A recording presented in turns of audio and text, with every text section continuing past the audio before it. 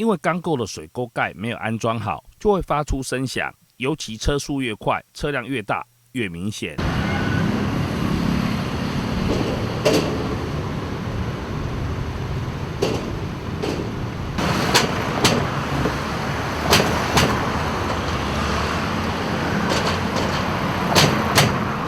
对这项长期噪音，让生活在周边的民众非常困扰。因为白天车多，声响多，到了晚上较为宁静时，声响反而更大声，甚至睡觉时还会被惊醒。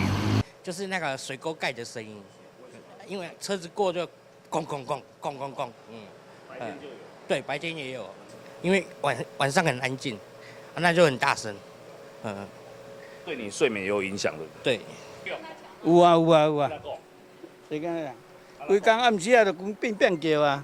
对此，这名代表简明佐接获民众通报，将要求公所在水沟盖下铺设橡胶垫，暂时降低噪音发生。但治本之计是在不影响排水功能的前提下，改用水泥来全面加封。我会建议在铁沟盖上面下面先加装那个厚的橡胶垫。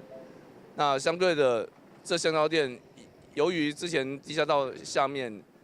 公所也这样设置过，但通常都1个礼拜过后，那个橡胶垫因为磨损的关系，就不敷使用，所以声音还是会出来。